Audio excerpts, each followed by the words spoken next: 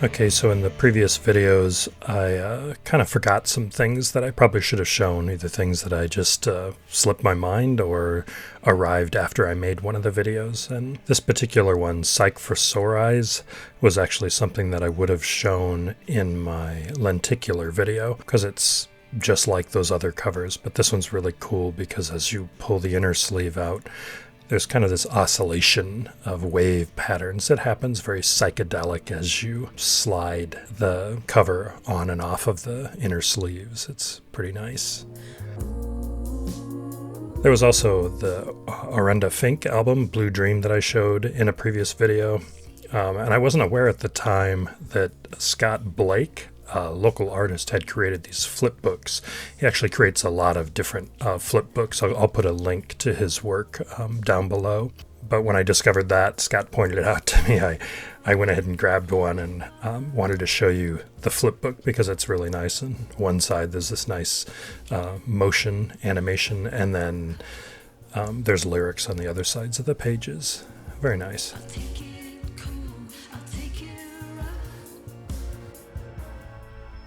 I also could have shown the Gravity soundtrack, a recent Mondo release, when I was talking about reflective covers and things like that.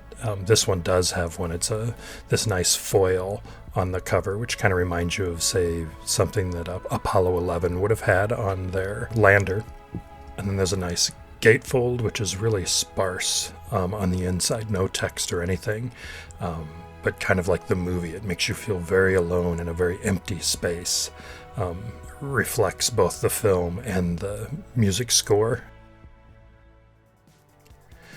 I also showed TV on the Radio's latest release, Seeds. The color vinyl is very cool. I showed that. I showed the cover and the animation that takes place as you drag the lenticular screen across the cover. But I had a lot of people asking me, well, why didn't you show the back, or why didn't you show the inside? So I thought I might as well show those things. So the back, everything kind of spins around in circles, and the text on the inside moves and twirls and does all sorts of stuff. It's all very cool to look at. I didn't show very many of them because I like trying to keep my videos as short as possible, and that video was already getting pretty long, but I might as well show you a bunch of them. There are these cool circles that move, fonts that rotate around in three-dimensional space. Another one that looks like this heart kind of splitting turns into kind of a wing flapping motion. There's a ride where it just twirls around like a wheel. There's a text that kind of comes forward and goes back in space. Waveforms that move across the album. There's a really cool one where these two guys are walking away and their heads are bopping up and down. That one's kind of nice. Mystery eyes. There's blinking eyes, kind of with tears coming out. I also have shown some clear vinyl. I could probably devote a whole video just to clear vinyl, but this one, this Jack Buck Soft release, a 7-inch, is kind of cool because it's a plexiglass sleeve that's been laser etched with text, but the vinyl has no marking on it. The cover has no printing on it. It's just laser etched into the cover. It's a pretty nice release. I could have easily shown Songs of Green Pheasant. This self-titled release is pretty nice. It's got kind of a clear, hazy vinyl with this green in the middle, kind of mimics the grass on the cover. But that portion is actually a cutout. It's a clear acetate with a color screen print on it. So you can see through the acetate to a drawing that's down below, and the album would be inside there too. That's where it would be housed. But that transparency gives you this nice window to another space, which is a nice design. The Fiery Furnaces Bitter Tea, it's a nice example of some of those folding covers. I was showing some origami style covers, and this one certainly fits the bill because if you flip it over and pull the corners out, it folds out like this nice little origami box. The record would sit inside here. I don't have the record inside the sleeve right now, but it's a really nice interior, shows the song list, all that kind of information, but folds together really well. The origami motion works really nice. Greyface Records has done a lot of really cool releases. This particular one from a band named Whir, if you hold the album a certain way, the spiral just falls off the album, or you can kind of pull it and it works like a spring. That one's cool. Add N to X. This cover kind of looks a lot like that Andromeda Strain album cover, very similar to that one. It's a little black hexagon record on the inside, but the cover just folds together really nicely to protect it. I also stumbled across a copy of this Yankee Doodle Dandies. The front cover shows the front of a truck, and the back says Theatrical Movers on it. So it's like this big moving truck, and it folds down as you pull out the cardboard. So it's like a little pop-up screen. It's something that Exxon Chemical Company wanted to do to advertise a whole bunch of Broadway stage musicals. And there's Yul Brynner's The King and I, and a whole bunch of other pretty cool little pop-ups. Kind of a novelty record. I don't think I'd probably ever listen to this, but it was fun to stumble across. Okay, I want to show this Dream End again really quick. I showed this in a previous video, but it's a nice example of a record with a pop-up in the gatefold. And I want to show this because something cool just arrived in the mail, and I want to include it in this video. So I had just shown a bunch of these types of records in a previous video with pop-ups and things like that Dream End album. But this new release from Father John Misty came out right as I was working on this video. I Love You, Honeybear. It's a 2 LP, gorgeous color vinyl record.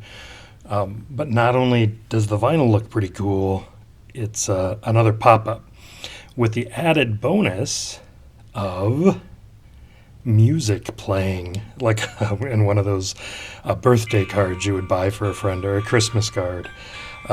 But it's not so happy and merry as a Christmas might be. There's a guy setting fire to the building, gas can at his feet, burning books, it appears. There's drunk people passed out, one bizarre manimal character with blood coming out of his ears, the bartender balancing alcohol on his nose, and some kid just photographing it all. It's a really bizarre thing, but that music is a nice touch. It's definitely a surprise, and the package and design and artwork is just really cool. And I really dig Father John Misty, so, I love Fleet Foxes, so anybody associated with Fleet Foxes that can do their own solo album is something I'm going to be interested in. There's a lot of records with unusual materials on the covers. Medusa, this particular release, has a black velvet, and it's got the text pressed into it, kind of like a foil stamping of sorts. There's actually quite a few that have done this type of thing, but this particular one just looks really nice. David Cross did one for one of his comedy albums. It was the same kind of thing. Depeche Mode did another one that had an interesting material for the cover. It's a double 7-inch release, but the cover itself, the outside sleeve, is actually leather, so it's this floppy wallet-like thing for the records. It's pretty cool. The Hellacopters have this great release that's like a pizza box. I found a copy of it that hadn't been folded up yet, so my copy is only folded in half. But if you fold it completely, the record sits inside like it's a real pizza box. There's this Detournement 7-inch flexi on Pirates Press, which is actually a bandana, which is stuffed inside a bottle, so you could fill it with gasoline and actually throw it like a Molotov cocktail if you wanted. But it's really the flexi that you're buying for the music, but it's just kind of a cool package. This release for Looper, the soundtrack for the movie Looper, it's actually really cool. I don't know if you've heard this one or not, but it's kind of a sound collage more than a traditional soundtrack. But the cover is kind of burned and torn. It's kind of got this time travel theme in the movie, and they kind of try to mimic some of the things from the movie in the cover itself, which is nice. There's also a Soviet France release, which also has a fabric cover. And if you flip open the fabric, it reveals the inner sleeve with images on it, and the cover just slides inside that fabric.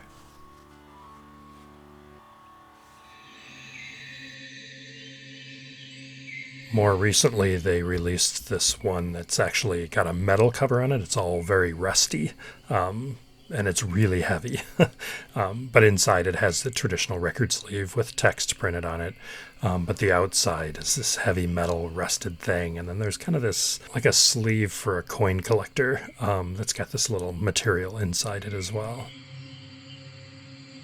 Now, I've shown this Soviet France one before, 7-10-12, so I have a whole video devoted just to this release, so you could just watch this separate from this video, but it shows these 3 translucent pieces of vinyl that fit in this box set, that includes things like rubbings and seeds and these little artifacts that go with it, but it's a really cool release. Another really interesting release is this loveliescrushing album, Shiny Tiny Stars. It actually comes with a bonus song on this old school floppy disk, which is not accessible by very many computers anymore, obviously, but it's certainly unique. I don't have any other releases where they've hidden extra tracks on outdated media. There's a fairly long history of bands releasing albums that have 3D glasses with them. This recent one, the new Pornographers' Brill Bruisers, came with 3D glasses and a poster inside. The vinyl looks really cool, by the way. But there are other ones like Nile, Rodgers' B-movie Matinee, where they use the old school style 3D glasses with the red and blue lens. Another example is This Frontier Needs Heroes, where the front cover and the back cover both had images that when you looked through the glasses, they'd be 3D. The 3D Invisibles, Jump Off the Screen, was the same way. Iggy Pop and James Williamson, Jesus Loves the Stooges, it's the same thing. Once again, 3D glasses, you could view the front and the back and get that three-dimensional look. But one of the coolest versions of these is actually one of the most recent ones. Ty Segall released a double 7-inch set of records, Mr. Face, which come with glasses, so you can look at them in 3D with the traditional red-blue lens glasses. But the vinyl is also blue and red and translucent, so you can hold them up to your eyes and view the record in 3D. Granted, it doesn't actually work very well, but it's a great concept. It's fun to try, and it's cool that they actually thought of it. So it's a nice release. The record label Castleface Records actually had a bunch of their artists cover the songs on Velvet Underground and Nico, so I'm just showing this because I like the cover. But the original cover was designed by Andy Warhol. You can't find a good copy of this original very easily without spending a lot of money. The banana's been peeled off, it's trashed, it's really hard to find one in good shape. But luckily, there's been a lot of reissues of this album, and I actually want to talk about one of the most recent ones, because this version of the reissue has the peelable banana like the original one did, which is kind of a nice touch. So you peel the banana, and a pink banana on the inside is revealed. So very phallic, very sexually suggestive, but it's just an absolute classic, both the album and Andy Warhol's cover design. I'll show more like this in the next video. Peel the banana.